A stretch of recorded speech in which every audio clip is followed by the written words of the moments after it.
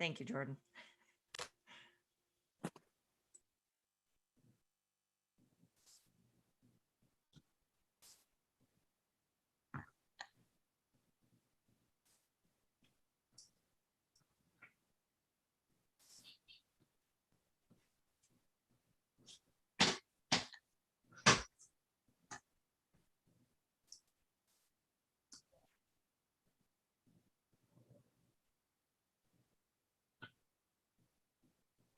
Bom dia a todas e todos, o meu nome é Rodolfo Fücher, estou muito feliz por estar nesse novo encontro, nessa mesa redonda, melhor dizendo, a Mesa Redonda Internacional, para discutir um pouquinho sobre alfabetização de dados.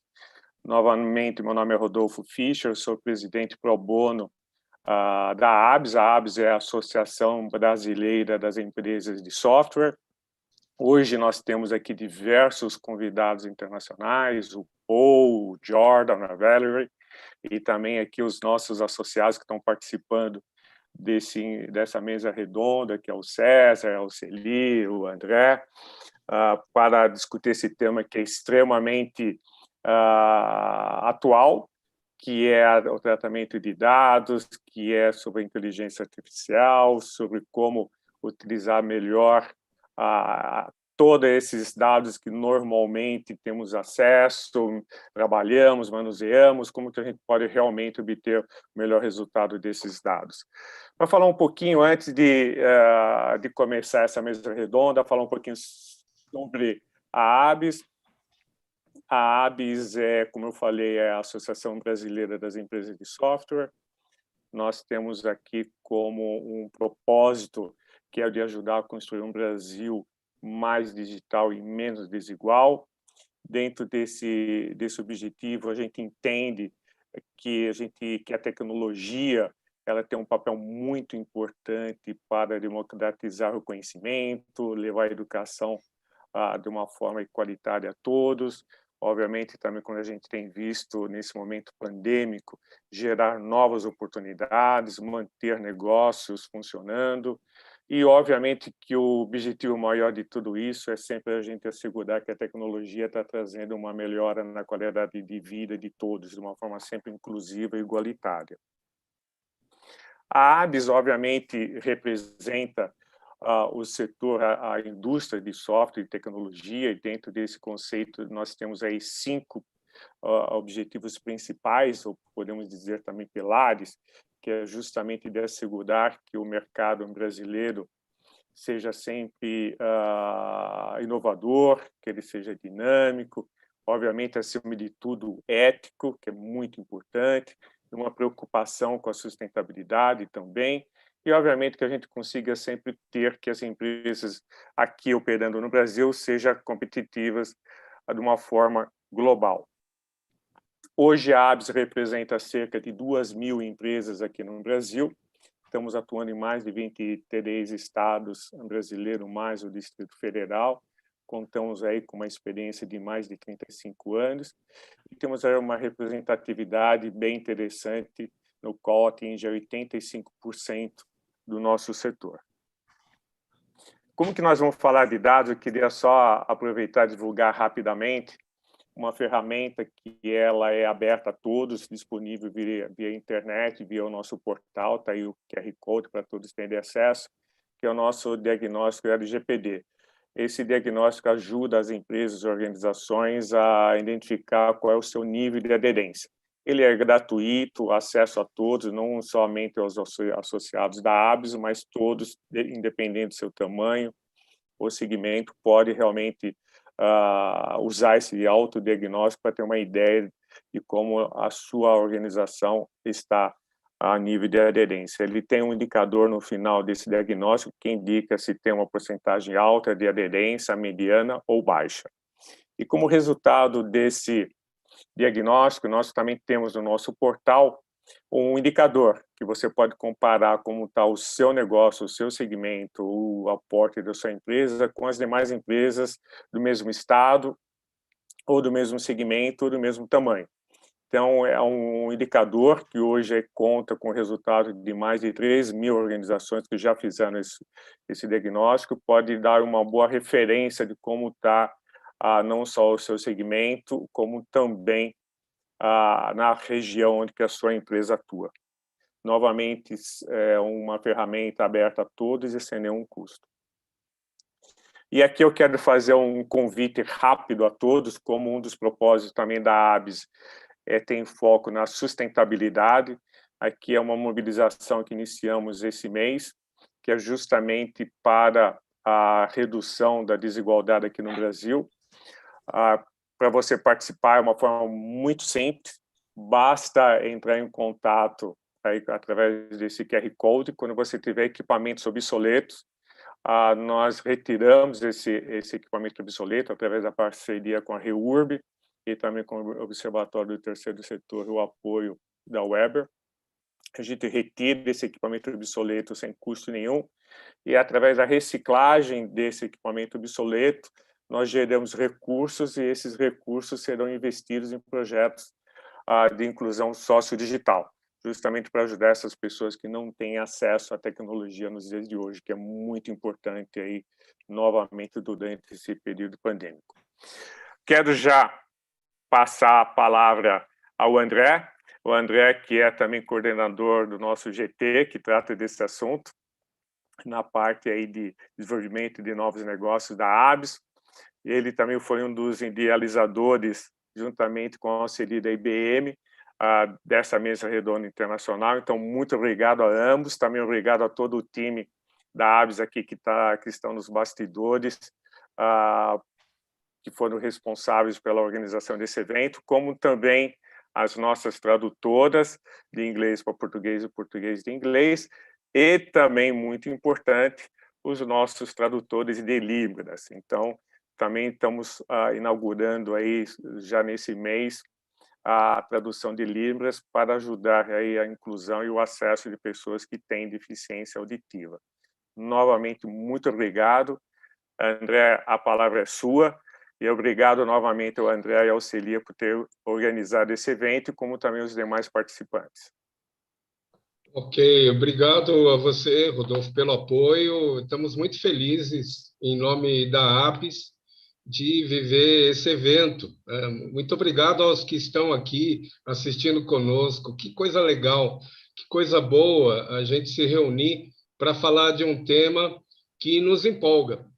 Eu, como o Rodolfo já mencionou, eu sou coordenador do Comitê de Desenvolvimento de Negócios da ABES, onde a gente reúne regularmente profissionais de vendas, de marketing, da área comercial, para nos atualizar, para falar de coisas na direção da que a gente pode chamar de melhores práticas. Além disso, tenho muito orgulho de integrar a equipe de profissionais da IN, Inteligência de Negócios, que é uma empresa com larga tradição em BI, em inteligência de negócios, digamos assim. E, nesse sentido, não por acaso, a gente vem aqui participar desse evento que aborda um tema emergente e precioso, no mais puro sentido da palavra. Eu sou suspeito, estou falando com entusiasmo, declaro aqui um pouco de paixão pelo assunto, que desde que me aproximei dele, só cresce, sendo muito franco com vocês. De fato, a alfabetização de dados, eu arrisco dizer que vai mexer com vários aqui, que se não estão começando, ainda que tenham, se estão aqui por interesse, já demonstram paixão. Se estão começando, vão ficar apaixonados, porque o assunto é brilhante. Eu queria trazer a menção, pessoal, uma frase de um escritor brasileiro do século passado. Observem que ele morreu em 1948. Então, ele deve ter feito essa frase exatamente há cerca de 100 anos atrás. É uma frase muito curta, mas que ela é legítima para ser usada agora. Monteiro Lobato, que é o escritor brasileiro que eu menciono, disse assim: quem mal lê, mal ouve, mal fala, mal vê. Olha que interessante. É óbvio que essa frase valoriza o poder da letra. Ser alfabetizado na língua, mais do que oferecer uma simples habilidade, capacita o indivíduo para as interações com o mundo, com as pessoas, né? E as diversas correlações. Mas isso foi dito há 100 anos atrás. 100 anos depois, hoje, o mundo ficou muito pior, porque a gente se defronta não só com o desafio de dominar a letra, mas de dominar o dado.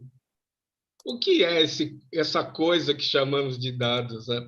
Qual o problema que temos? A gente tem um problema de, na prática, no mundo de excesso de dados, dado é que não falta, a gente tem a dificuldade de filtrar, a dificuldade de ser até propositivo de outras fontes de dados, inovar, na prática, organizar essa parafernália toda de dados, organizar isso, interpretar rapidinho, porque hoje, se você demorar, você fica para trás. E, portanto, essa celeridade no tratamento de dados, eu gosto muito de duas palavras, sabe, Rodolfo? Eu gosto muito da palavra discernimento e domínio. Então, eu, na minha modéstia aqui, eu não sou palestrante, não, pessoal, mas eu gosto do DDD, eu gosto do discernimento e domínio de dados. Para mim, isso é boa parte da conversa Data Literacy, sem querer ser simplista, é muito mais do que isso. Mas o fato é que a gente tem um problema hoje, que transcende a nossa vivência profissional, de transformação de dados em informação boa. A gente tem um desafio de fazer um salto de qualidade a partir do momento em que tomamos consciência da importância da alfabetização de dados, a partir do momento em que a gente percebe que aí tem um ouro, a gente segue nesse caminho para realmente fazer transformação de inteligência de dados em consciência de dados, né? Isso é um pouco do Data Literacy. Melhor do que eu, os melhores do mundo estão aqui para falar para vocês, e para mim também, quero aprender sobre esse assunto. Então, a única coisa que eu quero falar para acabar, que eu já estou falando muito, é assim, pessoal, olha, sentem de forma agradável, confortável na cadeira, abram seus ouvidinhos, expandam as suas mentes, porque o assunto que vai ser falado aqui não é contagioso, mas é contagiante, altamente contagiante, e pode trazer excelentes insights para a gente realmente caminhar firme para transformar, mais do que as nossas empresas, efetivamente a nossa sociedade. Por isso estamos aqui. Então, com muito, muito, muito prazer, vou passar a palavra para o meu colega Cesar Ripari, que é diretor Pré-Vendas Latam da Clique, que vai fazer a organização dessa mesa redonda, e ao longo do caminho, se for necessário, continuo aqui trabalhando, filtrando as questões que vocês, por favor, podem e devem colocar aí no chat, registrem suas dúvidas ao longo das apresentações, e, na medida do necessário, a gente volta a contribuir mais adiante final, mas agora é com você, meu amigo Ripari. Bom dia. Valeu, André. Obrigado pela introdução. Obrigado mais uma vez aí pela participação de todos. Obrigado à ABES por abrir essa oportunidade para a gente falar de um assunto tão relevante no momento. Obrigado ao Rodolfo, a Jamile, ao Alcely. Enfim, me apresentando novamente, Cesar Ripari, eu sou responsável aqui na Clique pela área de arquitetura de soluções na América Latina. Sou um apaixonado pelo tema, então fiquei muito feliz aí de a gente poder falar disso para uma plateia tão grande. Para quem não conhece a Clique, a gente é líder da indústria de BI e de integração de dados. Esse tema alfabetização de dados para nós é tão importante que ela faz parte da nossa visão, né? Que é tornar o mundo literado em dados. E como todo mundo sabe, A gente vive em um mundo, hoje em dia, que os dados eles crescem de forma exponencial. Então, com cada vez mais dados, fica cada vez também mais difícil encontrar a resposta daquilo que a gente precisa para tomar a decisão mais correta. E pior, né? Muitas vezes a gente não sabe como buscar e o que perguntar para os dados que a gente tem nas mãos. Então, esse tema, alfabetização de dados, ele nunca foi tão importante como é agora. A gente saber ler, trabalhar, analisar e argumentar com dados é importantíssimo, tanto para a gente como profissional, mas também na nossa vida pessoal. Por isso, a gente tem que estar sempre se atualizando, aprendendo. E eu tenho muito orgulho em dizer que as minhas principais referências para o tema estão aqui nessa sala hoje. Então, isso faz com que essa mesa redonda ela seja imperdível, né? A gente vai ter 3 apresentações agora, são apresentações curtas, e depois a gente vai ter uma mesa redonda. Então, eu queria, a primeira coisa, apresentar os nossos panelistas, a Valerie Logan, que ela foi VP do Gartner, ela é hoje CEO da The Data Lodge, ela é uma empresa especializada nesse tema, fornece serviços de consultoria e treinamento em alfabetização de dados. E ela criou o termo informação como segundo idioma, que ela vai abordar com mais detalhes na apresentação que vem a seguir. Depois, a gente vai ter o Jordan Morrow, ele é Head of Data, Design and Management Skills na Pluralsight. Ele é autor de um livro que eu considero uma referência no assunto. O livro chama Be Data Literate, que é uma das referências, né? Então, quem quiser aprender mais sobre o tema, leia o livro do Jordan. E, para fechar, a gente tem o Paul Barth, que ele é PhD pelo MIT, Head Global de Alfabetização de Dados na Click, e ele é responsável pela definição de toda a nossa metodologia e evolução do programa. Então, temos aqui 3 bambambãs do tema. Depois que o Paul terminar a apresentação dele, a gente vai ter uma mesa redonda, e como o André falou, aproveitem para vocês enviarem as perguntas de vocês pelo Q&A, pelo chat, e a gente depois vai dividir essas perguntas com os nossos palestrantes. Isto posto, vamos lá. Valerie, você está pronta para começar? Pode fazer o share da sua tela, e a palavra está contigo agora. Good morning, Cesar. Thank you so much for having me. I am thrilled to be here with all of you. Let me go ahead and share the slides. Okay, this is a discussion that I would love to set some context for before I join Jordan and Paul for the panel. This topic of data literacy is one that can be confusing and exciting at the same time. And so what I'd like to do is just set a bit of context so that we can have a productive discussion about data literacy. One of my beliefs about data literacy is that we all see things through our own life lens and our own experience. And I would like to share with you a bit of how I view this topic of data literacy and be able to share my perspective. So as Cesar mentioned, I run a company called the Data Lodge. And I created this company after being a Gartner analyst for 4 years. And what I kept hearing as a Gartner analyst, talking with chief data officers and data and analytics executives, was this need to figure out how to foster the right culture and the change associated with democratizing the data and the analytics across the organization. And so what I'm doing at the Data Lodge, I'm in New York, by the way, and not the city. I'm in the mountains of New York, and that is where the lodge is located. And what we do here is we are working with organizations to help them create their data literacy programs. So I like to say I am all in on data literacy, as I know Jordan and Paul are as well. So what we're doing is we're helping leaders to build these pioneering programs of data literacy. We've been doing this for about 18 months, and we do this not as consultants. We do this in a train the trainer fashion.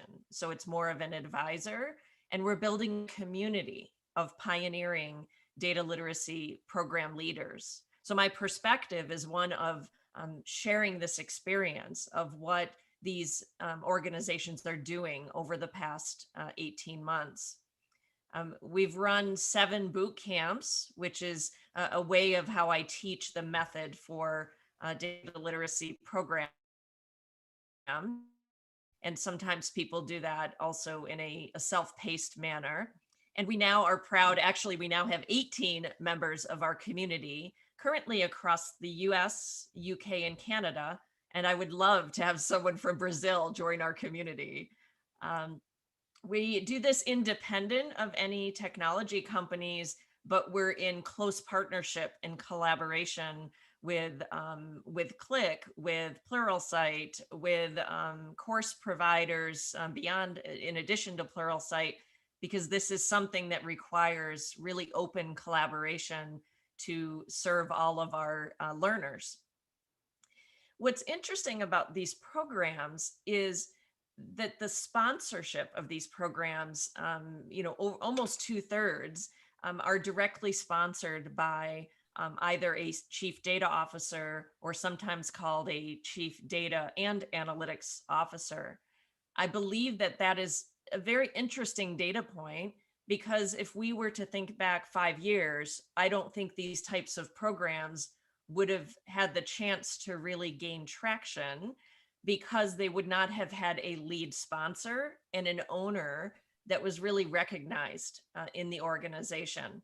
So whether someone is called a CDO or not, if the organization has named someone as the leading executive of data and analytics, that is really the natural home for this type of program, but in partnership, of course, with the HR and learning and development team and the entire leadership team. Also interesting is the diversity that this topic is attracting. So in my programs, which again are US, UK, and Canada, we see 63% of the programs are being led by either women and or people of color. And so to see the stronger diversity among the leaders, I think is also a very beautiful element of these programs, because what we're doing in the programs is we're facilitating a shared language and a shared experience around data. And I think it's very interesting that we're drawing a higher degree of diversity in those programs. And then finally, about 1/3 of the programs that I'm working with are at least a year old, and some of them are over 2.5 years old. So I just wanted you to understand the perspective in which I'm sharing the rest of the context for this session. So let's start with a definition of data literacy. And one of the ways that I like to represent it first is that data now in 2021 has really been elevated as an equivalent element of the business to people, process, and technology. This is due to the digital nature of our work and our lives. And, classically, it used to be that we thought about changing and improving and growing an organization through people, process, and technology. But now data is equal to those. So this is why chief data officer functions are in place. This is why we hear of topics like data monetization or data governance. It really has become a new way of competing and a new way of driving unprecedented value. So this becomes the basis for why data literacy is not just a specialty skill anymore. It becomes a workforce skill. This is a mindset. I like to frame this as a way of thinking. Sometimes I call it putting on data glasses. You know, how do you see your work and your personal life using and putting on data glasses and thinking about how does data manifest and inform all of my life and decisions. So I call data literacy, the definition, the ability to read, write, and communicate with data in context, in both work and life. So in context, we all, again, experience data through our own context. So it's important in the definition to respect that everyone has their own context. It could be someone who is on the front line entering data or affecting data quality. It could be a leader making strategic decisions. It could be a driver of a delivery service, right? It's anyone who is interacting with data in their own context. But it's not just reading and writing and communicating with data. It's really broken down into how do we help people understand the language and the vocabulary. So when we think of literacy and we think of language, it's the language of the data terms, the analysis terms, and the value drivers. So think about a use case, a specific use of data. There are those data terms, right, of data sources, data attributes, data quality. There are terms related to analysis.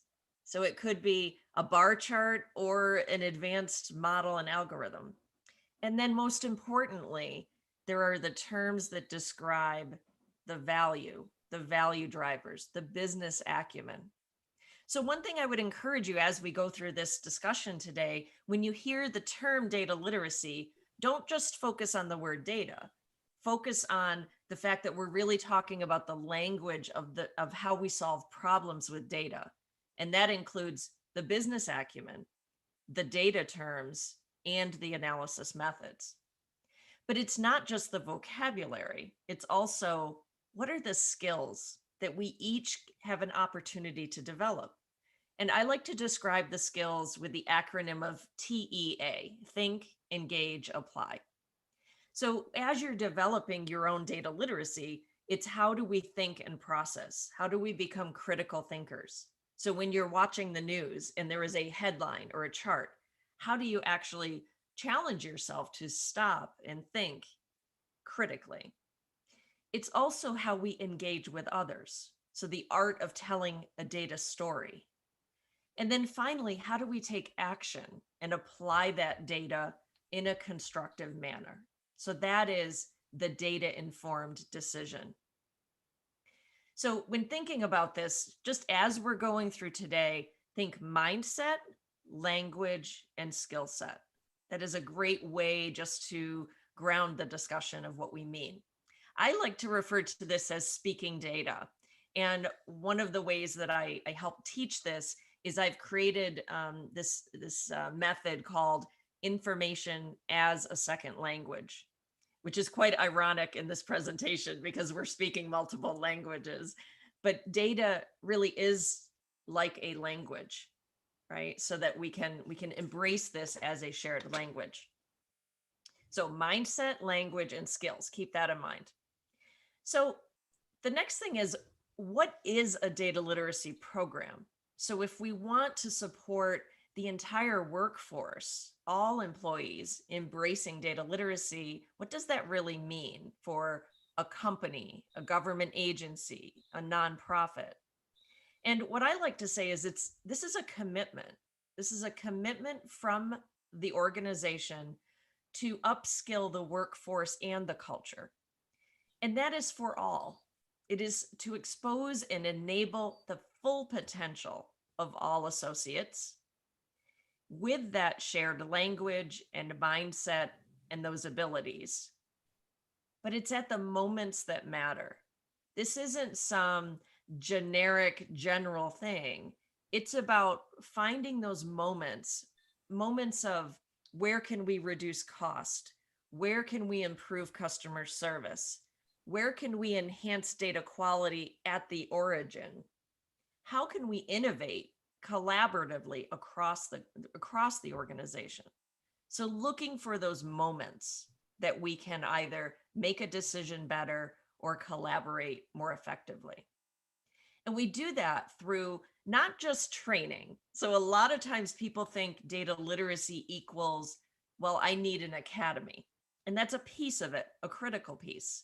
But there's these three elements of a data literacy program that I like to really encourage people to think about. It starts with development. It starts with helping people, of course, with their skill sets and assessments. And this can be both self-paced learning as well as professional development. But it's also paying particular attention to this language development, right? Calling out, making the language explicit. So ensuring that if you're solving a problem, you're being very clear about, well, how are we describing the business outcomes? Or do we really understand those analytical methods? So making language development explicit. So this development is the core of a data literacy program, but you can't stop there. It cannot just be about training an academy. It has to also be about what I call the bookends, the either side. The first is engagement. And engagement starts even with today's session. How are we creating a conversation around data literacy? It includes, how do the leaders think about data literacy? How do they model the behavior? It's about creating community. How do we have an ambassador group of data literacy advocates? How do we create a communications plan that says we need to weave data literacy into everything we're doing, right? Putting on those data glasses. So as important as an academy and courses is, what is your engagement strategy and program? But then the other question is, how do we get scale out of a data literacy program? And you do that through enablement. And enablement is, how do we leverage technology to augment the human experience? So for example, instead of encouraging people to go find a data dictionary or a business glossary, how do we embed those definitions into the user experience? Or how do we help people with guided data literacy in selecting the right kind of visualization? So there is so much now. Click does a phenomenal job at really embedding data literacy into the user experience. And then it's also the resources and the support. So things like office hours. You know, one of the things about data literacy is there's a lot of fear and vulnerability that can come up where people are thinking, I'm not a data person, or they're going to try to make me learn statistics. There's a lot of concern and fear there. So we need to create an environment where people can have one-on-one experiences and feel supported. So when thinking about a data literacy program, all of this really needs to be managed as a change management and learning program and an engagement strategy. So I hope that clarifies what we mean by a data literacy program. And this is what the kinds of programs that I'm working with from real pioneers in this movement. So why does this matter? There's really 4 different elements of why this kind of a program is put in place. The first is certainly all about culture. So how do we foster this kind of data-informed and insight-driven culture? We do that locally with individuals and teams. We don't do that, in one, announcement from leadership, right? We foster that culture. We also unlock collaboration with fostering data literacy. So this isn't just about making everyone better at using self-service tools. This is also about fostering better communication between specialists, between and across domains. Maybe you have parts of the business who don't share data. Well, why is that? They may not understand the context of how that data can be used. We can unlock that with data literacy and shared language. Certainly upskilling is the major driver. How are we helping all be confident and comfortable with data-driven decision-making at all levels to the degree necessary? And then finally, we need to maximize our talent. And what happens if we don't help the broader organization to make self-sufficient decisions is they become reliant and dependent on data and analytics professionals. So doing this reduces that dependency and frees up capacity.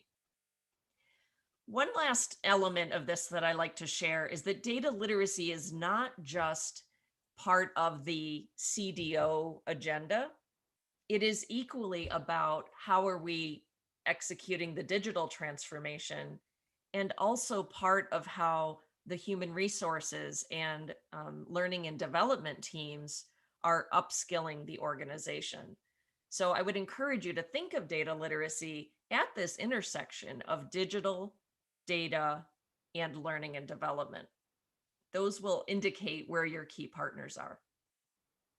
So the last thing I'll share is how to get started. This is the biggest question I get on a regular basis, is how do you really start this kind of program?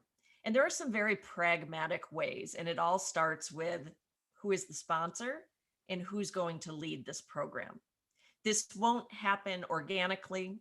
It needs intentional structure to support it. So identifying the sponsor and the lead first.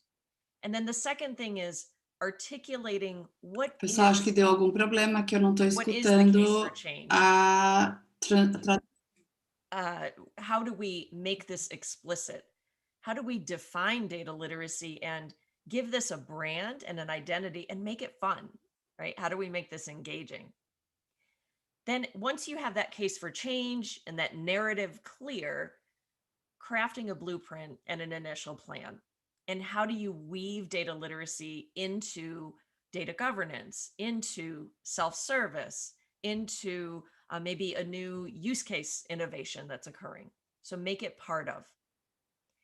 And then you have to start exploring and making this real for people. And I recommend doing some pilot workshops with very diverse groups. So bring some different groups together in maybe a division or a business unit or a function, and start exploring this shared language of the business, the data, and the analytical terms.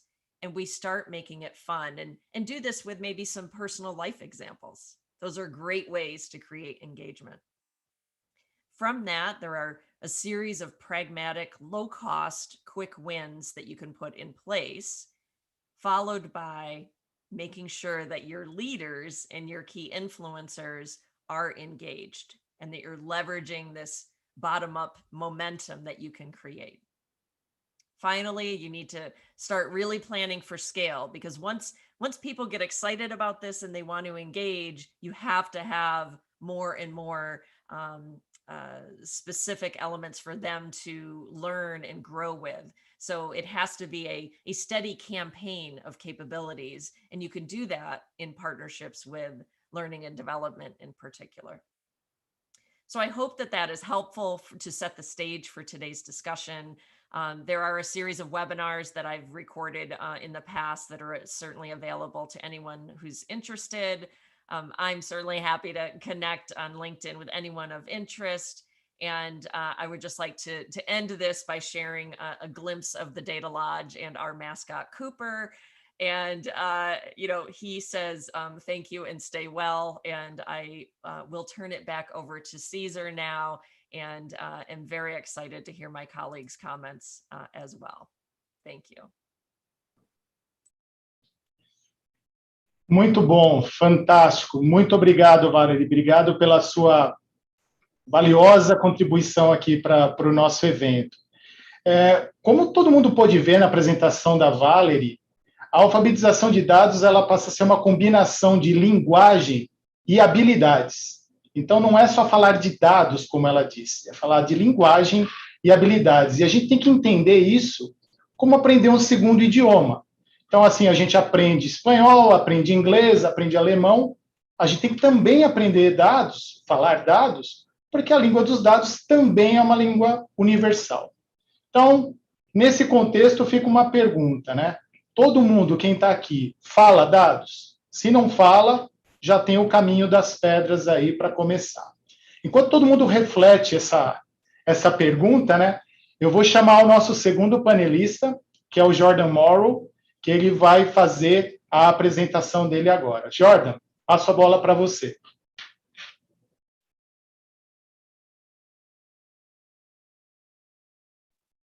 Thank you so much, Cesar, and to Valerie and Paul. It is so exciting for me to be able to present with you both. Again, I love you both. You are wonderful and absolutely smarter than me. It's an absolute pleasure to share the floor with you. So I'm going to jump in, just given that we have about 15 minutes. Let me introduce myself really quick. I'm Jordan Morrow, and I am the head of data design and management skills at Pluralsight. I'm a Pluralsight author, and I've had the privilege of working with both Paul Barth and Valerie for years. I worked with Paul at Click for a long time, and I've known Valerie since the very beginning stages of the data literacy movement. In fact, it was Valerie who let me know that we have the nicknames of the godfather and godmother of data literacy, and it is such a privilege to be a part of that with her. Today, to kind of piggyback off of what Valerie just did, I want to actually speak about a topic for just about 10 or 15 minutes that really hit home for me over the last year and a half when the pandemic hit. And that was how the world of data shifted. And I want to talk specifically about a term that really became more popular and bigger, not just data literacy, but was really driven even more so through the pandemic, called a data-driven organization. And how does data literacy fit in? So really quickly, let me talk briefly about the shifting world of data and what happened in the early stages of the pandemic, particularly for me. So at this point, I was working with Cesar and Paul at Click, and I had been traveling so much all over the world, speaking about data literacy, helping organizations build programs, succeed with it. I had the privilege of working with Valerie and chatting with her often. And all of a sudden, when the pandemic hit and the shutdowns occurred, I thought, hey, I'm not going to be traveling. Maybe my calendar is going to open up a little bit. And I found the exact opposite to happen. My calendar got very busy. And the reason for this is I noticed time and time again what was happening is the pandemic opened up organizations to see where their gaps existed, where the holes in their data strategy were, where their gaps in data literacy existed. And so my calendar got even busier. And then this term, being a data-driven organization, really took off. And in fact, if you study it now, it's probably one of the biggest and most hyped up terms that exist. I loved at the beginning of Valerie's slide, the title was Hype or Hope. And I hope everybody understands there is hope behind this, but it needs to be done right. And I loved what she said on it. And I know Paul will be sharing some great insight on it. So one of the themes, I should say, that is coming through this data-driven world is this idea of how does the human element work and interact with the data itself. We're seeing technology move forward at rates and speeds and advancements that are unbelievable. If you look at Click and the advancements Click has put into place when it comes to augmented analytics, where you're truly combining the human element with the data, we can see just how advanced it's becoming. And I'm not going to read all these questions, but what we're finding is a lot of times the questions I receive are, how do I interact with the data? How do I play a part? Especially for those who are not data professionals. Most individuals in this world are not data professionals like a data scientist, but everyone needs to interact with the data. Everyone needs to be comfortable with the data. And this is data literacy, pretty much data literacy to the perfect example is this interaction and this ability for the data and the human to interact effectively. To do this, we have to understand, though, that data is literally just data.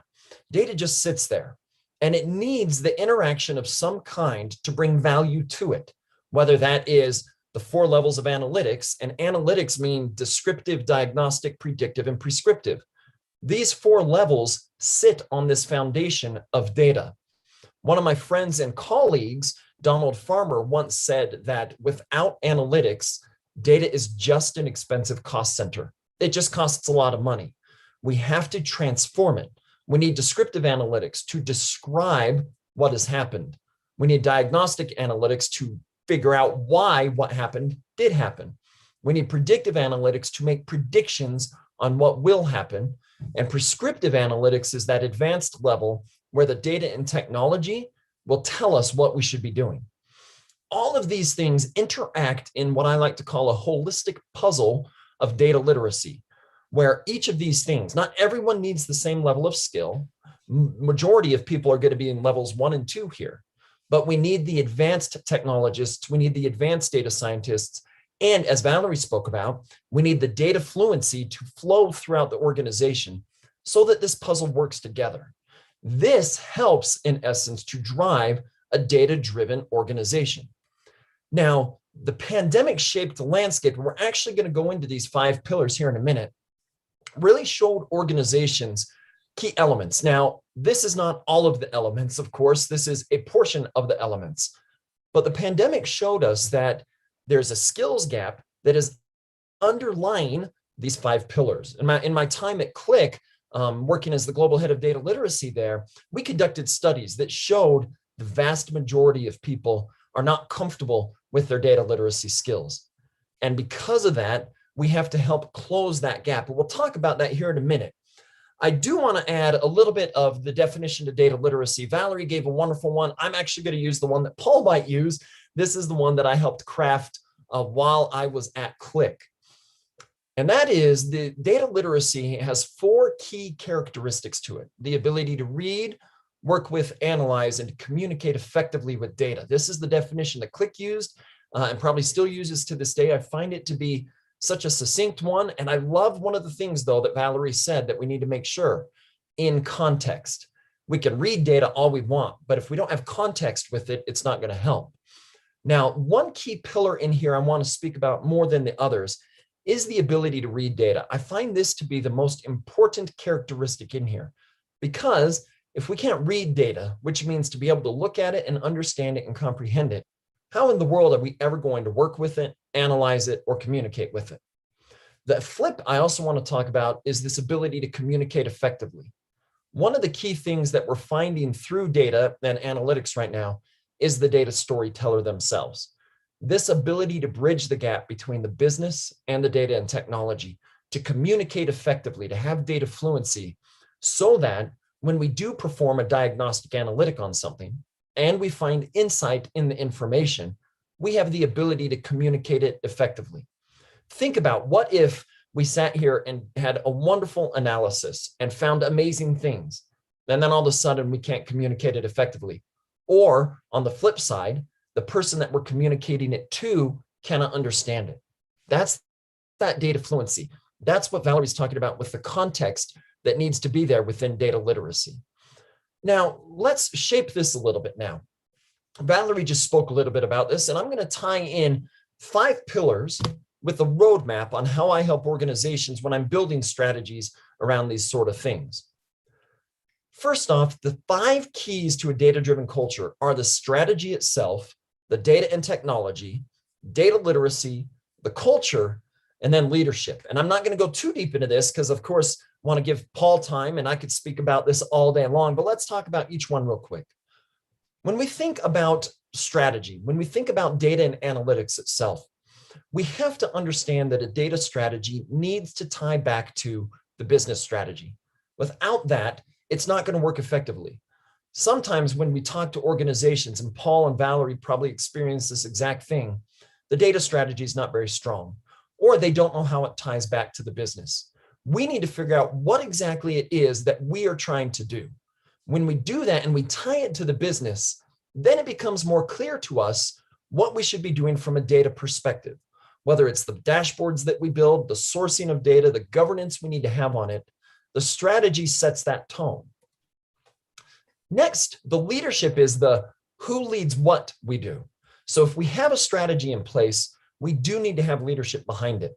At some organizations that I find, we see that they don't have strong leadership in place. They have not put a structure in place that allows the organization to succeed. Without the leadership buy-in, it can become very difficult for an organization to be able to succeed with data and analytics properly. They need leadership to buy in fully. And in this case, what I like to see is when organizations have a CDO or a CDAO, I like them to be the leaders and the owners. And these are people that need to have a seat at the table with the executive suite. If organizations ask me and they don't have one of those leaders, I'm going to tell them you need to hire one, and you need to hire one quickly, because that can be their task. That can be their priority as they move forward with data and analytics. Next, we do have to understand that we have to focus on the data and technology. While data literacy focuses on the human element, we have to get the data somehow. Now, one of the things I like to mention, and we'll talk about this in my roadmap, is when you have a strategy, it's much easier to invest in the data and technology. One thing we need to be very clear on is data and technology are not a strategy in and of itself. They are tools and enablers of the strategy. And we need to make sure that we're clear on that. This is not everybody gets this or that. This is data and technology help enable the strategy. Now, when I get asked the question, what's the biggest roadblock to data and analytical success? It's easy to answer. It's the culture. If the culture, the habits, the experiences, the beliefs, the rituals of an organization are not in line with using data and analytics, doesn't matter how great your strategy is, it's going to hit up against a wall. So we have to make sure the culture is also on point or moving towards it. And finally, I don't have to say this very much because this is what we're talking about all day. Do we have the right skills for the right people? Now, in my concluding slide before I sign off here, here are the roadmaps that I use when I'm helping an organization. And you'll see when we're talking about being a data-driven organization, it ties into the 5-step skeleton or roadmap that we have here. First off, what is the outcome we're trying to achieve? Set that. When people ask me, how do we do this? I am going to ask them, what is it you want to accomplish? Do you actually know that? If you know what you want to accomplish with the data, that's much easier, whether it's marketing and targeting people better, et cetera. Set the outcome. Next, we just talked about this. When you know the outcome, you could put a strategy in place. Third, we need to arm our employees with the right tools. Again, technology is not a strategy. It is a tool to enable the strategy. Fourth, we close the skills gap that empowers the individual and the organization to make smart data-informed decisions, to understand the context, and to put things forward. Then finally, we have to make sure that we're focused on that culture, ensuring that we're weaving the DNA of data throughout the processes, the things that exist. We're not trying to change everything. We just want to empower people with data effectively. Now, just like Valerie, connect with me. I love this world, just like I know Paul loves the world of data and analytics. I know Valerie loves the world of data literacy and analytics. We all do. Connect with us. I'm on LinkedIn, Twitter, Instagram. I wrote a book on data literacy called Be Data Literate. But with that, Cesar, I'll say thank you and Abs for having me and letting me share some thoughts today. And I look forward to our Q&A panel. Muito obrigado, Jordan. Fantástico. Excelente os teus pontos aí. Acho que só complementa aquilo que a Valerie abordou na apresentação dela. Eu queria enfatizar alguns pontos, né, que o Jordan mencionou na apresentação dele, mostrando como as organizações que querem ser orientadas a dados, elas devem se preparar. Então, vale ressaltar que a alfabetização de dados ela é uma peça-chave. Ela é tão importante quanto liderança, estratégia, a própria tecnologia, e ela vai formar a cultura. Ou seja, para quem quer ter uma empresa estar orientada a dados, ela precisa estar alfabetizada em dados. E isso tem que permear por toda a organização que tem a ideia e tem o objetivo de fazer isso. E a organização é feita por pessoas. Então, as pessoas têm que estar capacitadas para isso. Legal. E agora vou chamar o nosso terceiro panelista, que é o Paul Barth, e eu vou passar o comando para ele e depois a gente parte para a nossa mesa redonda. Paul, é contigo agora. Thank you very much, Cesar, and I'm looking forward to speaking today because I'm fortunate to be able to stand on the pioneering work that Valerie and Jordan have been doing over the last few years. I'm hoping today to be able to speak about some of the practical ways that you can launch and measure the impact of a data literacy program. So the first thing I want to talk about is, what do most companies want out of a literacy program objective? And we believe from our experience working with our customers that the first and foremost goal is to establish a common foundation of data concepts and terminology, the language, as Valerie might say, because they find that across different functions and different personnel, people use different terms for the same thing, or they use terms incorrectly when they mean different things. The second is bringing analytic and data skills to the day-to-day business community. This is often called democratizing data, making it not a specialist for data science and for analysts to use AI and machine learning, but for day-to-day decision makers to feel comfortable using analytics and doing their own analysis.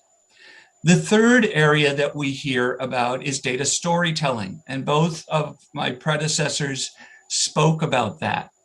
One thing we learned is that often middle management is using analytics, for example, marketing analytics, sales analytics, supply chain analytics, but the communication to senior management is sometimes not working. That executives do not always have data and analytics expertise, and even expert analysts are not always good at getting to the point and telling the story. So these are some of the things that we focus on in the CLIC curriculum that I'll describe in a minute. The other part of this that has been very important is connecting the concepts that we teach to the corporate data and analytic assets that are in place. So in our classes, we will include guest speakers from the customer who describe the data warehouse or the data lake or the data catalog. They'll describe what analytics tools are available. They'll describe how different functions provide different information. And so this is applied learning of the concepts to their environment. As you know, CLIC has been a pioneer in this field. Jordan was our leader before moving to his new company and becoming an acclaimed author. But the legacy here is something we continue to build on. And I'm showing you this curriculum because it helps you understand the kinds of concepts we find important for business users to learn. When we talk about skill building, we're really talking in this area, understanding data, aggregations, distributions, analytical techniques of understanding the difference between signal and noise when you're looking at lots of data points. When you're predicting or looking for correlations between different data elements, when does that indicate causation versus when is it something that just happens to be correlated, and so on and so forth. These skills help a business user apply data and analytics and understand what information they're getting out of it to their business problems. However, we also teach process, and I think this was an important point of both of my colleagues. Data-informed decision-making is a process that was defined by our chief learning officer at CLIC and has also written a book on, that helps customers and individuals identify and structure good data-driven or data-appropriate business questions. Understanding how to find data and limit data to just what is needed for the analysis, and then to enrich data to give context and validation. And then finally, we have actual courses on some of the organizational and culture issues. Why analytics, cultures of data literacy, and data storytelling for communication. Included are advanced topics for the advanced learners, but we are finding that most companies get tremendous value out of these base level techniques. And this top row of courses is an online learning curriculum that can be delivered as a self-paced learning to individuals and groups within companies. Included in that are third-party content resources, as well as assessments on the skills and the attitudes or personas that people bring to the data. So these tools allow you to understand how people use data and their level of skills with data today, and to build out a learning curriculum out of these classes for individuals. However, we found that the best learning occurs in groups and in live sessions, or maybe not the best, but it's an important part of the experience, is actually having a single session, a live session, where a group of learners are listening and discussing in real time their insights on data. And so we have about 15 classes that are on topics that are great for discussion: mitigating cognitive bias, challenging assumptions, ethics with data. And I'm interested to see your GDPR rules and your diagnostic as well. So very important combination that we deliver in these groups through a combination of online learning, an hour or so every week, combined with instructor-led sessions and group sessions to get the dialogue going. We also include a collaboration forum on our learning portal, and we track project through applications so that the management can see how people are progressing. So we could explain more about our specific offering, but I wanted to talk about how you might measure where you are and where you want to be with a literate culture in business terms. And I think one of the things we know is that in general, we would expect the data literacy training to allow analysts to get insights more quickly, to make better decisions, and actually their skill and their insights and expose them as valuable employees who typically increase their recognition and responsibility as well as professional growth. But as an MIT guy, I will tell you my professors always said, well, how do you measure the impact of data literacy? And to do that, I want to go back to the process of analytics in a company. And that is taking raw data and getting access to it in an analytical place. Like we said, the value from analytics comes from, the value from data comes from analytics. Integrating it, cleansing it, and making it findable, applying analytics to understand it, and then taking action on it. So these 4 steps are needed to do analysis anywhere, and we call that informed action. Now, if you wanted to measure this and say, well, how good are we at this? One measure I've found over my 30 years in this area is a metric called time to answer. How long does it take for you to get an insight or to work with data to use it and take action on it? And when we think about the data and analysis processes, if you're in a discovery phase, that's generally a slow process where you need to get source data, clean it up, bring it together. What we find also is that as data becomes more organized, we have data lakes where you can stage it and work with it, and then integrated data that's really ready to query. And that's a lot of work that if you have to do it from scratch every time, you're going to have a very slow time to answer.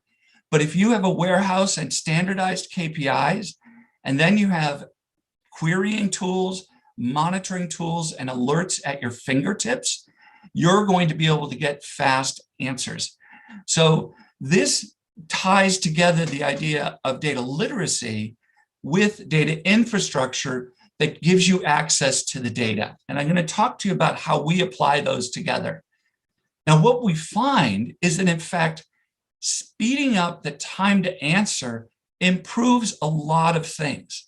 People would say, oh, faster analysis means faster bad answers. But the fact is you want bad answers quickly so you can discard them and go on and get good answers. So what you'll learn is if you get faster time to answer, it increases utilization. More processes can use analytics. You get more productivity and capacity. At one of my customers, the same analytic team became 5 times more productive when they had access to their data and they managed their data pipelines much better. And finally, accuracy and relevance, because your data is fresher and you're able to be more and more granular with your analysis. And that turns into a myriad of improvements to both the top, the bottom line, as well as the brand of the company. So let me give you some examples of this. So what we found at one customer was they wanted to know, well, what customer actions indicate a readiness to buy a product? And it typically would take them 6 months to build that model because the data was all over the place and the skills were all over the place. And by moving that into a consolidated data lake and cleaning it up, they were able to move to days for that analysis that improved their marketing spend and optimization. Similarly, in operations management and product pricing, they moved from monthly reports to intraday reports that improved their profits. And finally, fraud detection and real-time decision-making, moving from an hourly batch down to streaming analytics in seconds that reduced their losses. So this kind of improvement is really important, and it happens when you have data ready for that community of data literary professionals. And my colleague, Joe DeSantos, who's the current Chief Data Officer for Click, likes to use the analogy of cooking as a data strategy. And what he likes to say is all Italian dishes can be made from 12 core ingredients, some of which are harvested, some of which are crafted. But the important thing is if you're an Italian chef and you have these 12 things on your shelf, you can make anything. And what the analogy here is that data are your raw ingredients. They are what should be in your pantry for your data literate workforce. And this is an example of how Click is stocking the data pantry for analysis that we're doing today. That for our analysis of our SaaS customers, we have a whole set of data about our tenants, our customers, and what they're doing, what the product and features are that they are adopting, and the overall platform scalability. And because this is in a catalog, hundreds of our analysts and management can go in and do all different kinds of analysis. The product team, the marketing team, the sales team, the customer service team, and the platform team are using the same data and getting answers faster because they are data literate and they are fueled with fresh and available data. And this for us has actually turned into direct business impact. As you're seeing double digits in our customers or new prospects completing their trials and converting to customers, and also reductions in errors in loading data and other kinds of common patterns that were lost in the noise, but through data and analytics, our teams were able to uncover. So when we think about data literacy, we are also thinking about those terms that Jordan was talking about, the technology, and Valerie was talking about self-sufficiency. You want to complement the curriculum and the learnings with an environment for the self-sufficient employee so that you can add new data to your shelves. You can manage that. You can keep that data up to fresh. You can expose it to business users through a catalog, and they can apply myriad analytics from their mobile phone, from their desktop. They can be alerted instead of having to hunt through dashboards. A variety of capabilities that is going to empower this data literate workforce to be very productive employees. And with that, I would welcome any inquiries to dataliteracy@click.com to learn more about our programs, the trainings, and the other solutions we are building out for a data literate workforce. And back to you, Cesar.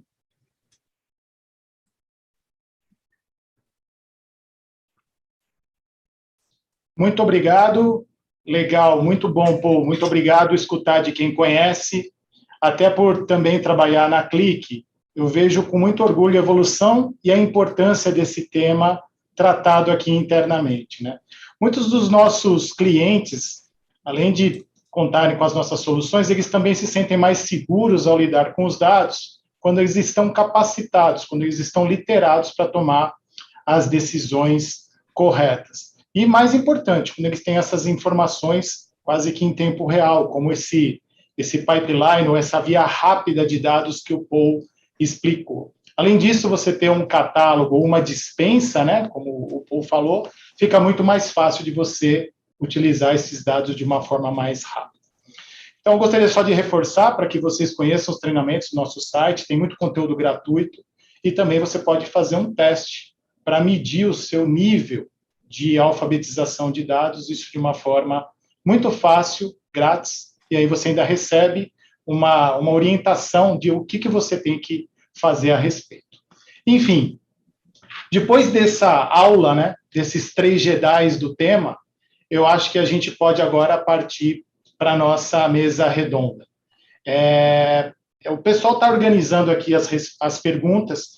Eu vi que muitas perguntas no chat, no Q&A, já foram respondidas. Eu vou começar com uma pergunta, e aí eu vou fazer a pergunta e vou pedir para os outros comentarem. Então, Valerie, eu vou começar com você. Fazer uma pergunta, eu pediria para o Paul e para o Jordan comentarem a respeito. E eu fiz algumas anotações aqui, Valerie, e você mostrou alguns pontos de que você mencionou que muitas perguntas, ou a maioria das pessoas perguntam por onde começar, né? Imagina uma empresa que está assistindo esse evento e, de repente, ela fala, vou começar a fazer um programa de alfabetização de dados. Então, você passou alguns pontos que são importantes. Agora, a pergunta é, existe alguma área específica que deve conduzir esse tema? Existe alguma área dentro da organização que deveria ser responsável por conduzir essa iniciativa de alfabetização de dados dentro das corporações? Como que você vê esse início? E aí eu gostaria de escutar depois o Paul e o Jordan a respeito também.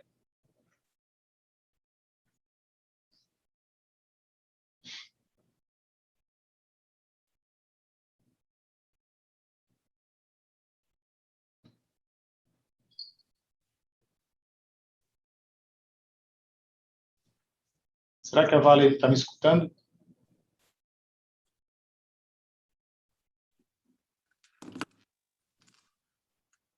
Jordan, Paul, vocês escutaram a minha pergunta? Valerie. Yes, I heard the question. Okay. So I'll jump in and hopefully we can get Valerie back on there.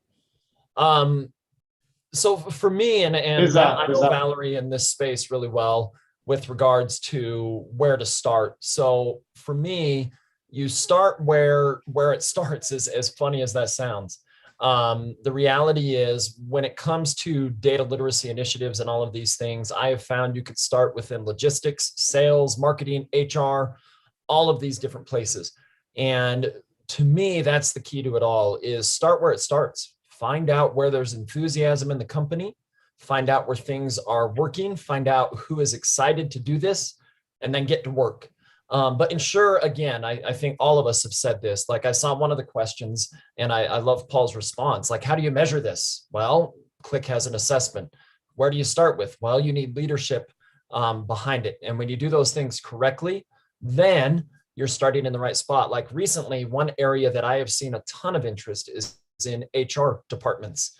And a lot of times that might not be where it thrives. So hopefully that helps a little bit, and hopefully we could get Paul and Valerie to share there. But Valerie, the question was, where do you start? And I see you shaking your head now, so I can let you go, and then I'll go back on mute here. Thank you, Jordan. I could not hear in English. Thank you so much. Yeah, so where to start? I think you start where there is energy and momentum and interest, right? You don't start where there is, not interest. You start where there's passion and where there's a need. So what I've seen in multiple programs is often, you have the CDO wanting to start a program, but you go with the division or the business unit that has a particular passion and pain point around wanting to foster either enhanced self-service or better collaboration. So you don't go against the grain, you go with the flow, right? So, I think you start with a pragmatic program design, but then you implement a pilot in those parts of the business who are ready and eager for that. And a lot of times that comes from, where do you have maybe a groundswell of influencers locally? So that could look like maybe some citizen data scientists that have been put into different business areas who are building a really rich collaboration with their community. So start there. So, go to where there is enthusiasm in need and use that as your pilot area. Don't try to do a big enterprise-wide, serving everyone. Go where there is interest and momentum and need, and then tell those stories, right? Highlight those examples as ways to create additional momentum. I want to add one caution. I fully agree with my colleagues. However, I have run into a number of customers who are the group who leads data engineering, or they lead business intelligence, and they're saying, well, our business users need this education. And they say, but let's take the education internally first. And enabling their team is a good thing, but oftentimes this is very basic concepts that they already know. These people know how to model data. They know data types. They know aggregations. And so they will look at the curriculum and say, I thought everyone knew this, and it might slow things down. So I always encourage that if it's being sponsored by experts in data, that half of the class are not experts in data. They are customers of that team. And then you can get a good dialogue going.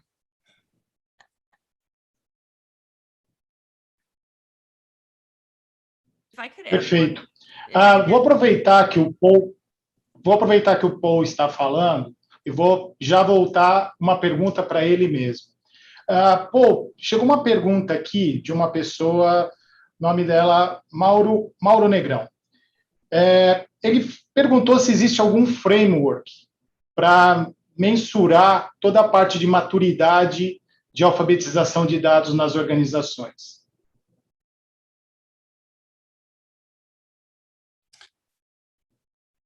Yes, we have developed one that is based on work that was done several years ago at Click, headed by Jordan, called the Data Literacy Index. And it is a questionnaire for managers to discuss 3 dimensions. How literate is the workforce? How much data-informed decision-making are being used in their processes today, and how available are data and analytics to employees? And these are 57 questions that inside of a company, we can ask many managers and consolidate into a score and then compare against the 600 or so companies we have already surveyed. And that allows you to understand 2 things. One is, overall, how mature are you compared to your competitors in your industry? And the other is, which departments are strong and which departments are weak? And that helps you build the business case for introducing a data literacy program.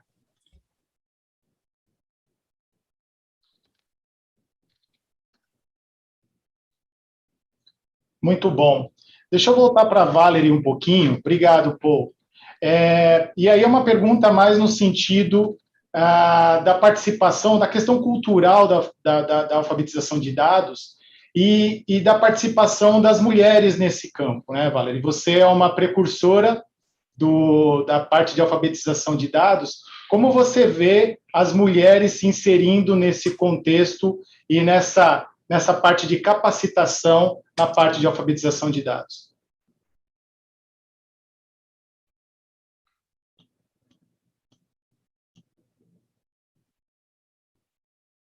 That for me, and if so, could you give me the quick version in English?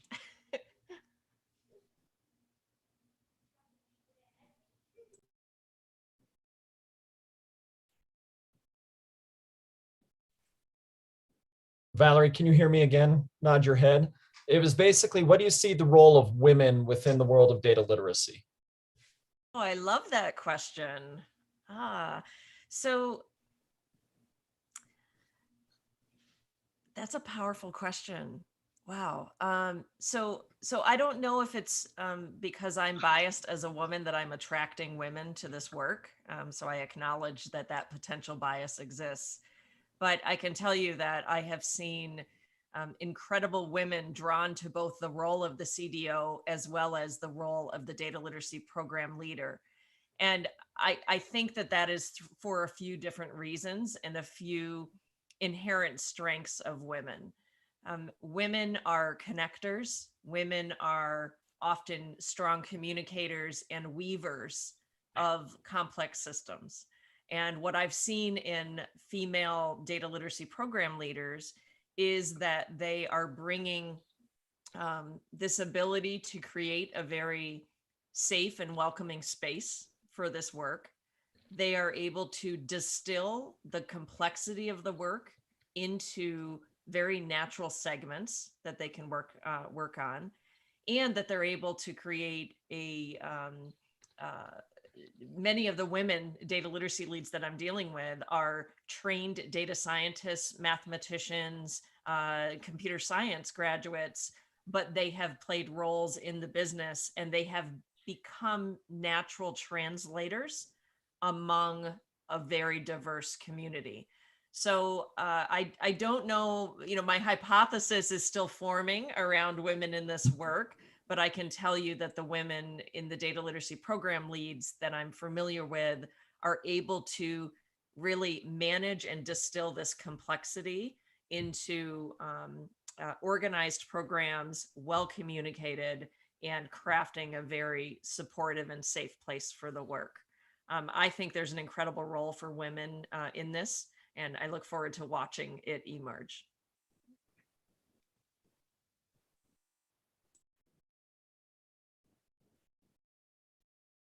Perfeito. Obrigado, Valerie. Vou pular para o Jordan aqui, vou fazer uma pergunta para ele também. Que a Valerie falou muito da questão dos dados, de aprender os dados, a informação como um segundo idioma, né? E que agora é uma habilidade que é praticamente totalmente necessária para o futuro, para as organizações. Em se falando dessa habilidade para as organizações, como é que você vê o futuro do trabalho em si? Na tua cabeça, como é que a gente pode olhar para frente, como é que a gente pode imaginar o trabalho em si, uma vez que a gente consiga trabalhar com os dados e entendê-los, como é que você vê o trabalho em si no futuro?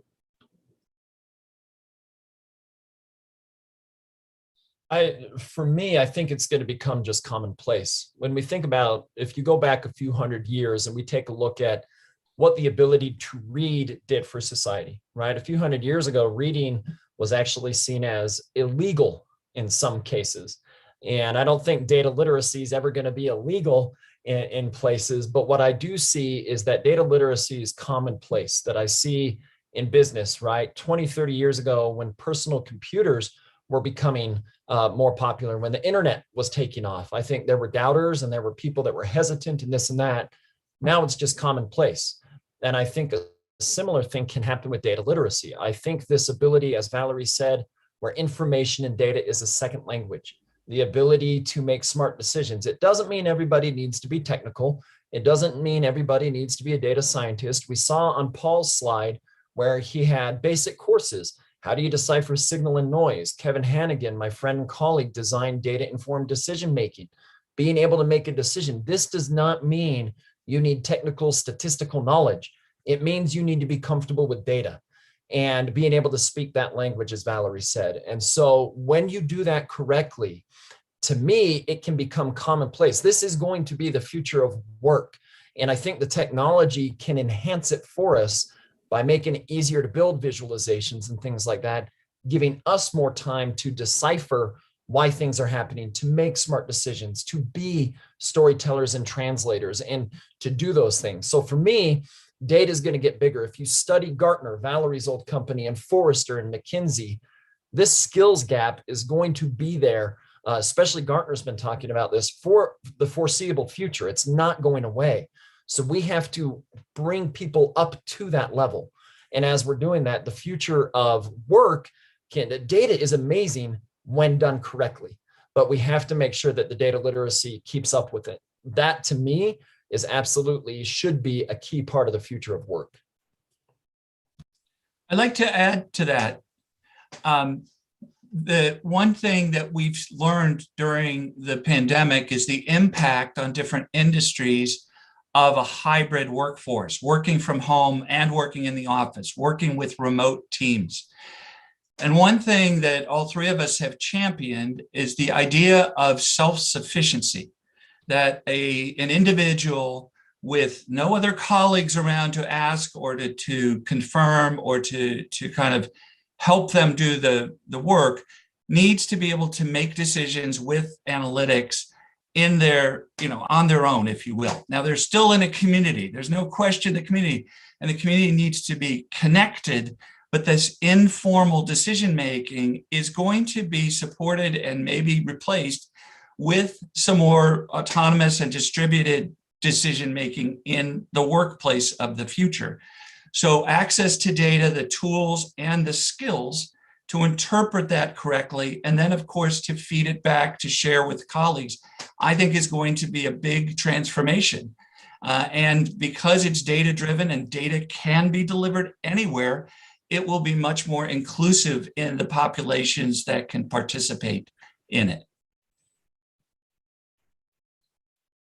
We only need to look at our personal lives in this last 18 months and realize, this is pervasive in just how we're living our lives, right? So just think personally about, what it has been like to have a conversation with our friends and family about interpreting the COVID data. And it's been a sensitive topic at times, but when we're watching the news together and we're trying to have a conversation and understanding, what is the source of a certain data set and how do we believe a headline? I mean, this is really a personal life skill now, right? How are we using, and we've all had this skill forever, right? Determining whether you take an umbrella based on a weather forecast, or looking at a nutrition label to determine whether you want to purchase that item.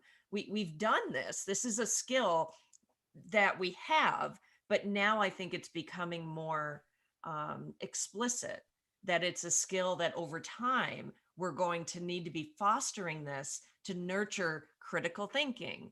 And how do we have a calm discussion about a headline? How do we welcome maybe additional augmentation of our decision making to help us, right? So driving a car, we trust the fuel gauge, we trust the dashboard. How do we trust additional data sets and displays in other parts of our lives that maybe we're not as comfortable with? So I strongly encourage using the personal life examples as a basis for saying, I really need to also be expanding my data literacy in my work setting, right? It's not separate. It's such a spectrum of capability.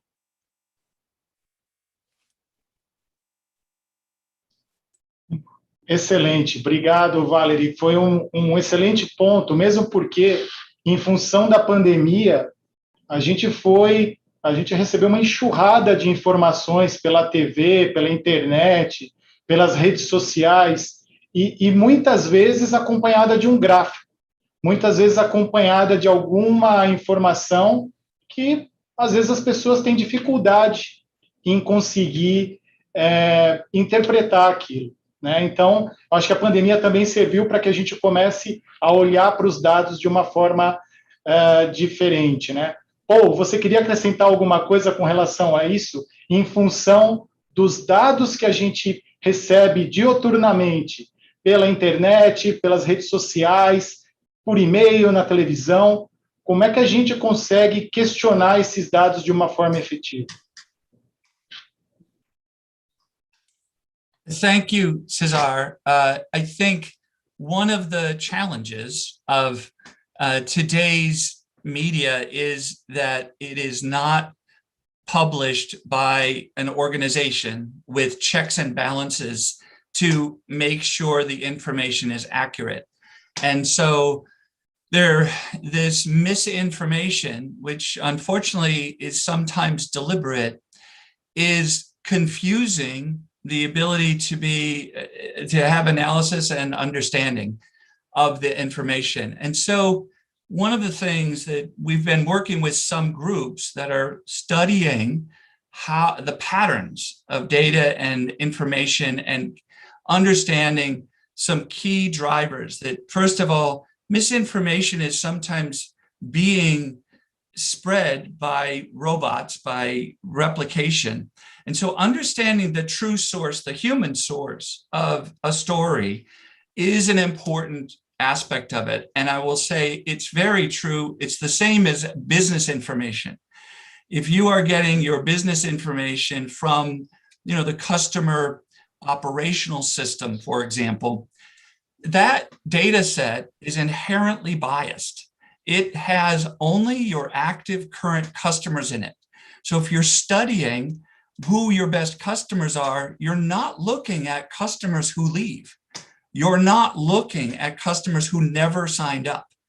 And that is a big and important aspect. So in the area of social media or information, one aspect is understanding the source. The other is going back to the word context that Valerie introduced. And so one thing we do is that once you've completed an analysis, if you remember the data-informed decision-making process, we do an apply step, which says, does this make sense? Is this accurate? Is this appropriate? And oftentimes to do that, you bring in more data. And so having more data to see if there is something that is an unintended aspect of your prediction or your analysis is important. I'd say one of the early learnings I had almost 30 years ago was a young analyst got very excited about a piece of data that would predict where a bank should make a loan. Well, the data was based on zip code in the United States Postal Code, which is illegal to use.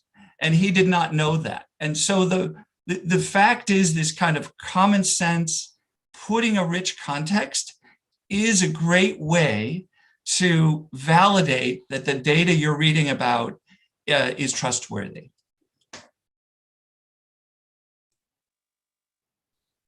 If I could just add to that, I love that answer, Paul. Thank you so much. Such a rich answer. I think when thinking about the media and social media, there's only so much that we each can control. We can't control the media engine. We can't control the social media feed, but we can control our own reaction. And what I'd like to encourage everyone to think about, that this is really a muscle. It's an awareness and a muscle that we need to develop over time. And the ability to think critically. Here's something very specific that we can all start doing. Whenever you see a news headline or a display, an acclaim being made, whether it's in the news or on social media feed, is just, first of all, train yourself to not react impulsively, but to take pause.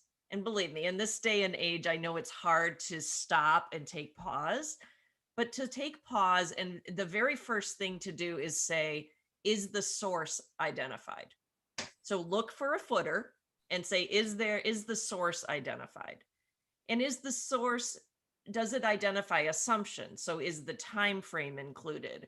Is the, what is the sample size? Is it, what is the N equals, right? What is the sample size? So just training yourself to basically look, whether it's at work or, in media, look for the source and assumptions.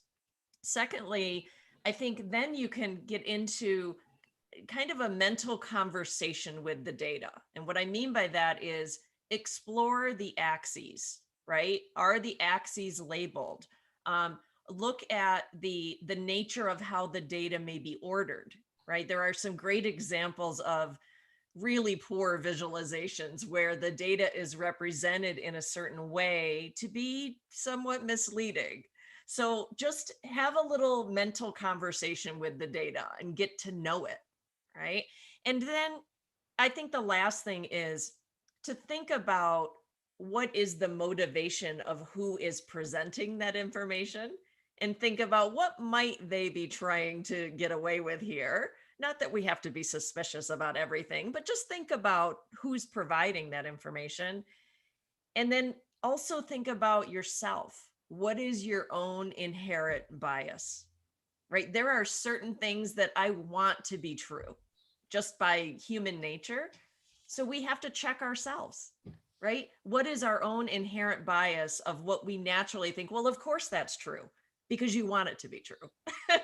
So I think just a lot of this is just starting with our own critical thinking and just taking pause, being mindful, and giving it the space to explore and Jordan loves to say this, bring a spirit of curiosity. Yeah, I was actually going to piggyback off you there, Valerie and Paul. I think you're saying it really well. The one thing I'd echo is, first off, please read the fine print. I think we forget to do that, right? A study will come up, a chart will come up. I love checking the axes, right? Is the y-axis at 0, or did they change it to manipulate the chart? And do you see sources? Does it say 4 out of 5 dentists recommend, and you read the fine print and they only asked 5 dentists? Who are the dentist's friends, right? The thing that I'm also, besides curiosity, which is my favorite, as Valerie said, that's probably my favorite thing to tell people to do, is to be curious, is be a healthy data skeptic. And what I mean by that is there is nothing wrong with questioning things. I want everyone to question things. The key is to not be a data cynic. The world and the data that we see out there is creating a lot of negativity and cynicism towards data. Don't be that. Don't be negative. Don't look for answers that you already want in there. Just question it. Just say why. Why does it look this way? Why do we view it this way? Is there another way to build the chart? There is nothing wrong with that. I want a world of data skeptics, not data cynics, but I want a world of healthy data skepticism. And when you build that, then everybody, then the culture follows along. Then we're curious, we're creative, we're asking questions. That's what I tell people when they say, how do I start with data literacy? Just ask a lot of questions. That's all I care about. And then you find answers. And I think that's a key. Maravilha. Fantástico. Assim, para a gente, acho que esse evento foi porque a gente quer fazer as perguntas. Nós somos questionadores, né, por natureza.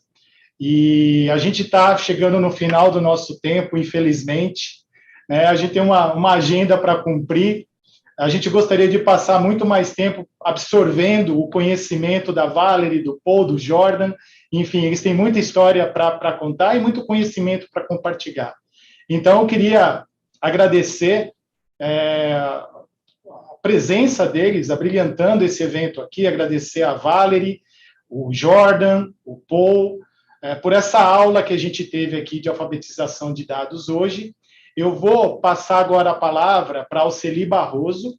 Ela é líder de University Programs para a América Latina na IBM, e que ela vai fazer algumas considerações finais. Alcely? Obrigada, César. Eu também coordeno o Comitê do Futuro do Trabalho da ABES, e é um prazer ter todos vocês, Valerie, Jordan, Paul, e aí obrigado, César, André, Rodolfo e Jamile, pela parceria para que nós pudéssemos fazer esse evento juntos. Foi uma ideia quando a gente começou a conversar como que os comitês poderiam se integrar e juntos trazer algo para a sociedade brasileira. E é incrível, acho que vocês três, Valerie, Jordan e Paul, são, assim, foi a combinação perfeita, e eu faço voz a tudo que vocês falaram, e falamos de estratégia, de medida de impacto nas empresas, de cultura, como desenvolver cultura dentro da empresa, né? A liderança está sempre em desenvolvimento e ter isso como uma prioridade dentro da empresa, né? A necessidade de se requalificar, de preencher uma lacuna que no Brasil especificamente, o problema educacional ele vai desde a educação de base até o ensino superior, que tem que ser requalificado e repensado. Então, esses temas são todos temas que estão na nossa agenda, na pauta da agenda do Comitê do Futuro do Trabalho.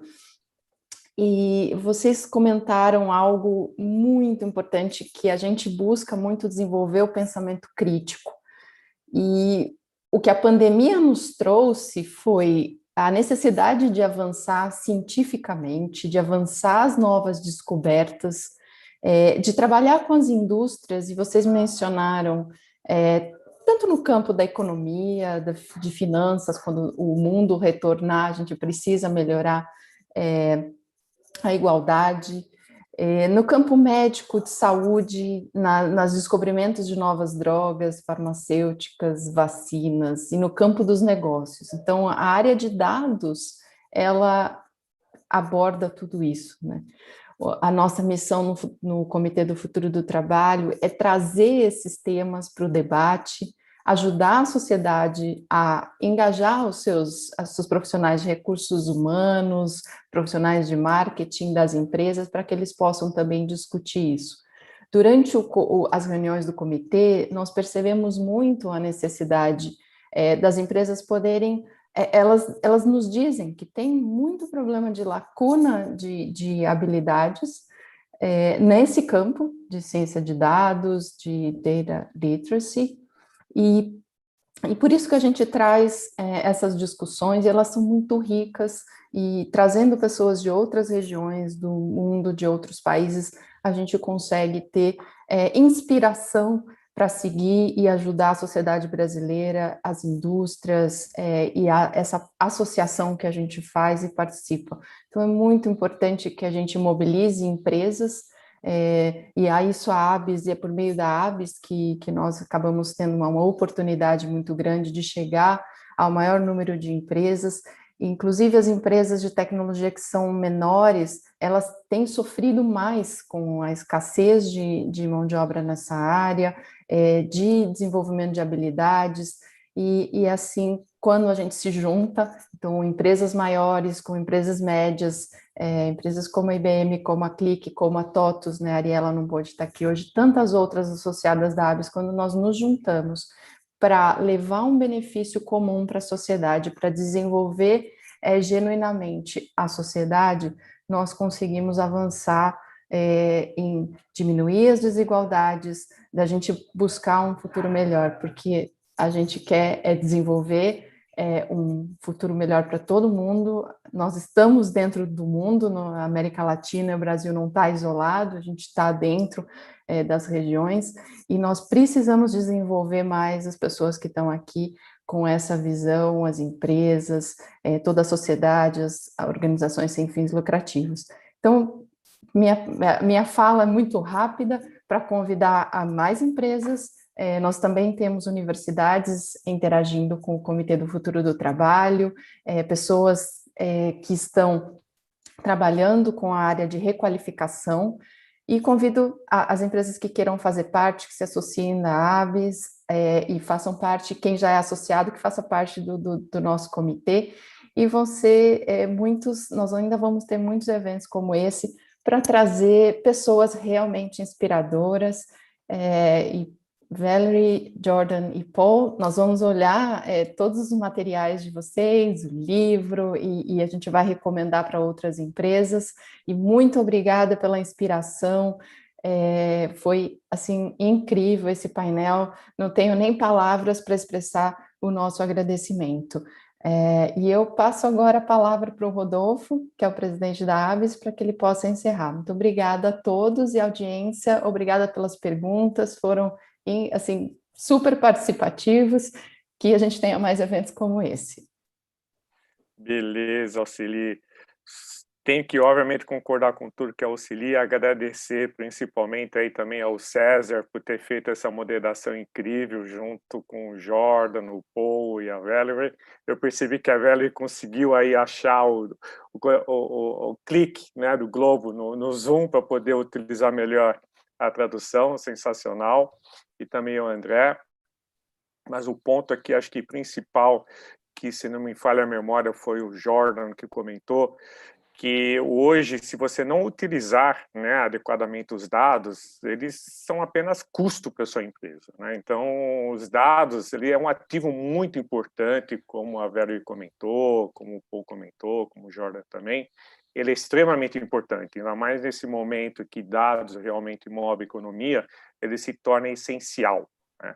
O seu trabalho, o seu aproveitamento. Porque tem um outro ponto muito interessante. Se você não usa esses dados de uma forma positiva, como um asset, né, como um ativo da sua empresa, hoje ele é considerado como um risco, como um liability. Quando a gente começa a olhar todas as legislações que existem agora na Europa, como aqui também no Brasil e outras ao redor do mundo, como a Lei Geral de Proteção de Dados, especificamente aqui no Brasil, se você não usar esse asset, esse ativo, ele é um custo, é um alto risco para a sua empresa. Então, você tem que utilizar, porque os dados estão aí, você tem que saber, obviamente, utilizar, seguindo toda a legislação, e aproveitá-lo ao máximo, porque esse é um benefício que você tem dentro da sua empresa, como já foi visto aqui, né? Tem que fazer parte da cultura, a liderança tem que motivar a utilização desses dados adequadamente, faz parte do negócio, obviamente, usando adequadamente a estratégia adequada, vai trazer muitos benefícios para a organização do que ele ficar sentado lá num banco de dados isoladamente. Então, faz todo sentido, e só tem que agradecer novamente aí o André, a Alcely, por ter montado todo esse evento, essa mesa redonda. Temos muitas oportunidades. Novamente, quero agradecer ao Cesar, ao Jordan, ao Paul e à Valerie. Todos os contatos deles estão aí já colocados, foram apresentados. Esse painel, essa mesa redonda vai estar disponível pelo YouTube, no canal da ABES. É só procurar o YouTube, canal da ABES, que é a Associação Brasileira das Empresas de Software. Ele vai estar lá disponível, no mais tardar amanhã, para vocês poderem também compartilhar com os demais colegas, colaboradores, amigos, que foi sensacional. Eu aprendi muito hoje. E só tenho que agradecer a todos vocês. Muito obrigado. Tenham um excelente dia, aí onde que você esteja ao redor do mundo. Muito obrigado a todos e parabéns novamente a todo o time da ABES por mais um evento de muito sucesso. E aos nossos tradutores aí, não é? Todos de Libra e da minha língua inglesa. Sensacional.